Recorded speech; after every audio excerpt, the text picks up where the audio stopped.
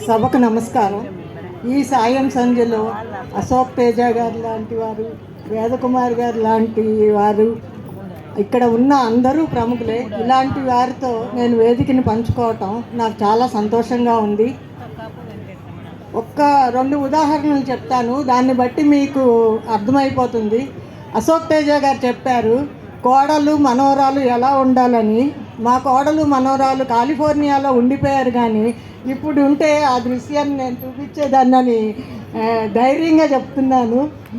అదే కాకుండా మా మనవరాలు 5 ఏళ్ళప్పుడే ఇంగ్లీష్లో కథలు చెప్పింది వీడియోలో. అది నేనే రికార్డ్ చేశాను.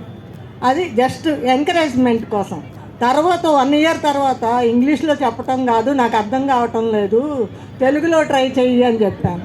అంటే తెలుగులో కూడా దానికి వచ్చిన భాషలో ఒక కథని, అది కథ అంటారో ఏమంటారో, మొత్తానికి గబగబా చెప్పేస్తుంది, పెద్ద ఆలోచించినట్టు కూడా కనిపించదు, అలా చెప్పింది.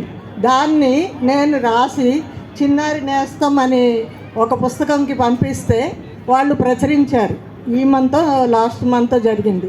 కాబట్టి మనం వాళ్ళని ఎడ్యుకేట్ చేయటంలోనే ఉంటుంది అంటాను. దీనికి ఇంకో ఉదాహరణ కూడా చెప్తాను.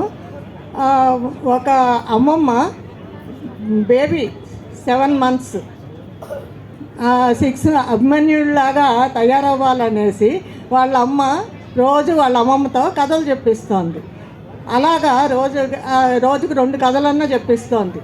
అప్పుడు పొట్టలోంచి ఆ పిల్లోడి రియాక్షన్ చూసి వాళ్ళ అమ్మ ఆశ్చర్యపోతుంది.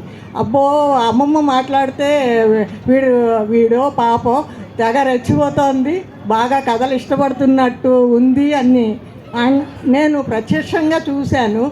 కాబట్టి ఏదైనా మనం ప్రయత్నించటంలో ఉంటుంది అని మాత్రం నేను గట్టిగా చెప్తాను. అలాగే ఇప్పుడు అందరూ చెప్పింది నేను ఒక్క ముక్కలో చెప్తాను. విదేశీ వద్దు, స్వదేశీ ముద్దు.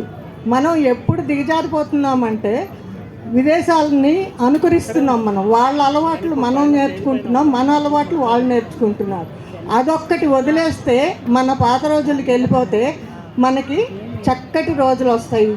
అలాగే ఇంకొక సజెషన్ నాది, పిల్లలు ఇప్పుడు ఇక్కడున్న అందరూ పిల్లలతో కథలు రాయిస్తున్నారు. నేనంటాను వాళ్ళని నవలలు రాసే స్టేజ్కి తీసుకెళ్ళాలి అని చెప్పేసి. వాళ్ళు తక్కువ వాళ్ళు కాదండి, మా అందరికంటే వాళ్ళకి అవకాశం ఇవ్వాలి, కానీ మా అందరినీ మించిపోయి వాళ్ళు వచ్చి చెప్తున్నారు. నేను చాలాసార్లు సభల్లో గమనించాను. మేమేమో సీనియర్ రచయితలు అనుకుంటాము, కానీ యువత వచ్చి భయపడుతూ వచ్చి చెప్పింది మా అందరినీ మించిపోయి ఉంటుంది. కాబట్టి అందరినీ చదివించాలి, రాయించాలి, వాళ్ళల్లో ఆ ప్రతిభను పెంచాలని కోరుకుంటూ ధన్యవాదం.